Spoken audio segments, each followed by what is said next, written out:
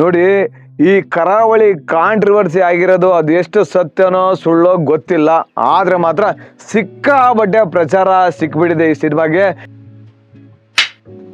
ನಮಸ್ಕಾರ ಸ್ನೇಹಿತರೆ, welcome back to public talk Kannada Cini Duniya YouTube channel. ನಾನು ನಿಮ್ಮ ಪ್ರೀತಿಯ ಜವಳಿ ಕೊಟ್ರೇಶ್.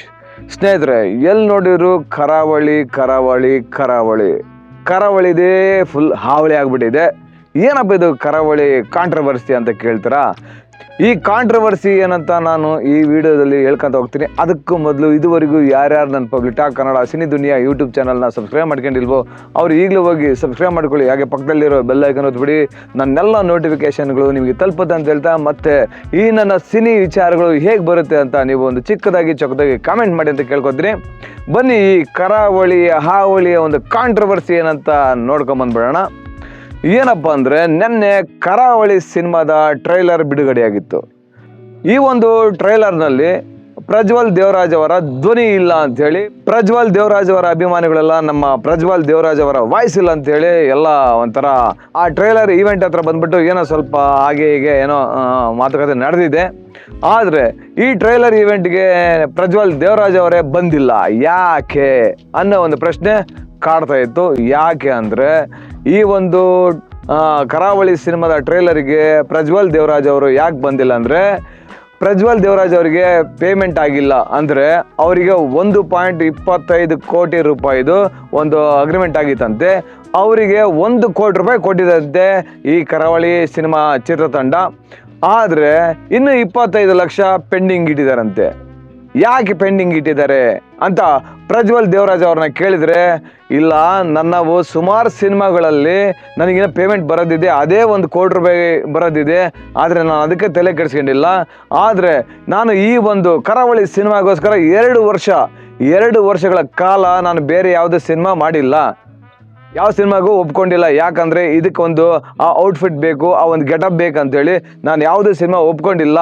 ಇವ್ರು ಪೇಮೆಂಟ್ ಫುಲ್ ಮಾಡಿಲ್ಲ, ನನಗೇನು 25 ಲಕ್ಷ ರೂಪಾಯಿ ಬಾಕಿ ಇದೆ ಅಂತ ಅವ್ರು ಹೇಳ್ತಾರೆ.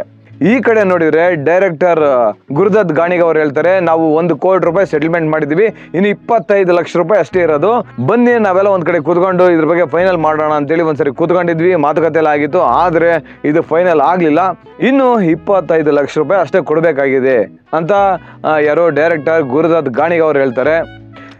ಇಲ್ಲಿ ಏನಾಗಿದೆ ಅಂದ್ರೆ, ಈ ಕಡೆ ನೋಡಿದ್ರೆ ರಾಜ್ ಬಿ ಶೆಟ್ಟಿ ಅವ್ರು ಹೇಳ್ತಾರೆ, ರಾಜ್ ಬಿ ಶೆಟ್ಟಿ ಅವರಿಗೆ ರಿಪೋರ್ಟರ್ ಒಂದು ಪ್ರಶ್ನೆ ಕೇಳ್ತಾರೆ, ಸರ್ ನೀವು ಕೂಡ ಪ್ರಜ್ವಲ್ ದೇವರಾಜ್ ಅವ್ರ ಜೊತೆ ಹೋಗಿ ಮಾತುಕತೆ ಮಾಡ್ತೀರಾ ಅಂತ. ಅದಕ್ಕೆ ಅವ್ರು ಹೇಳಿದ್ದಾರೆ, ಮರ್ಯಾದೆಯಿಂದ ಬಂದು ಮಾತಾಡಿದರೆ ನಾನು ಕೂಡ ಕೂತ್ಕೊಂಡು ಮಾತಾಡ್ತೀನಿ ಅಂತ ಅವರು ಕೂಡ ಹೇಳಿದ್ದಾರೆ. ಅವರು ಇನ್ನೊಂದು ವಿಷಯ ಹೇಳ್ತಾರೆ, ಏನಪ್ಪ ಅಂದರೆ, ನಮ್ಮ ಕನ್ನಡ ಚಿತ್ರರಂಗ ಯಾಕೆ ಈ ಥರ ಪಾತಾಳಕ್ಕೆ ಹೋಗ್ತಾ ಇದೆ ಅಂದರೆ, ಇದೇ ರೀತಿ ಆಗ್ತಾ ಇರೋದ್ರಿಂದಲೇ ನಮ್ಮ ಕನ್ನಡ ಚಿತ್ರರಂಗ ಇನ್ನೂ ಎತ್ತರಕ್ಕೆ ಹೋಗಕ್ಕೆ ಆಗ್ತಾ ಇಲ್ಲ ಅಂತ ಹೇಳ್ತಾರೆ. ಯಾಕೆ ಅಂದರೆ, ಇಲ್ಲಿ ಗುರುದತ್ ಗಾಣಿಗ ಅವರಿಗೆ ರಿಪೋರ್ಟರ್ ಒಂದು ಪ್ರಶ್ನೆ ಕೇಳ್ತಾರೆ, ಕರಾವಳಿ ಸಿನಿಮಾ ಅರ್ಧ ಆದಮೇಲೆ ರಾಜ್ ಬಿ ಶೆಟ್ಟಿ ಅವರೇ ಎಂಟ್ರಿ ಆಗುತ್ತೆ ಈ ಸಿನಿಮಾಗೆ, ಆಗ ಏನಾದರೂ ಪ್ರಜ್ವಲ್ ದೇವರಾಜ್ ಅವರಿಗೆ ಇರುಸು ಮುರುಸು ಆಯ್ತಾ ಅಂತ ಕೇಳ್ತಾರೆ.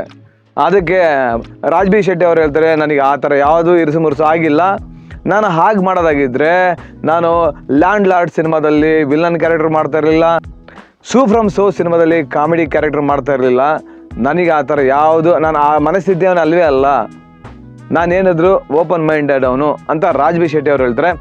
ಇಲ್ಲಿ ಏನಾಗಿದೆ ಅಂದರೆ, ಒಂಥರ ತ್ರಿಶಂಕು ಸ್ಥಿತಿ ಏರ್ಪಾಡಾಗ್ಬಿಟ್ಟಿದೆ.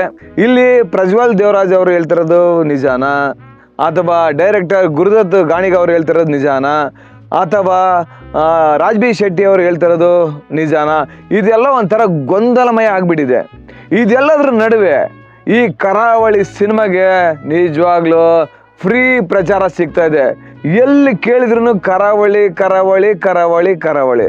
ನಮ್ಮ ಕಂಪ್ನಿಯಲ್ಲೂ ಕೂಡ ನನ್ನ ಫ್ರೆಂಡ್ಸ್ಗಳು ಕೇಳ್ತಾ ಇದ್ರು, ಏನು ಗುರು ಅದು ಕರಾವಳಿದು ಒಂದು ಕಾಂಟ್ರವರ್ಸಿ, ಎಲ್ಲಿ ನೋಡಿದ್ರು ಕರಾವಳಿ ಕರಾವಳಿ ಅಂತ ಹೇಳ್ತಾರಲ್ಲ ಅಂತ ಕೇಳ್ತಾ ಇದ್ರು.